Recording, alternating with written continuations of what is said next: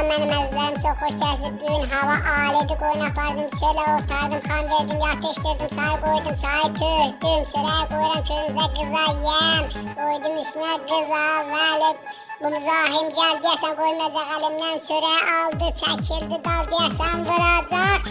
Bir kəllə, itdə bir yandan yetirdi, çörəkçünüzün üstündə çörək götdü, yemək yaşıqdı, bütün üstə yiyib çəkildi, dal vəli qoçal çəkən.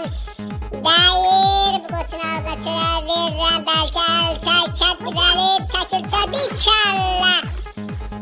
Və ona israr edirəm ki, qoş bəs, day, get, iltimas edirəm, üzümdən öpürəm, get, qoyun içinə qoy, mən çörəyimi yiyim.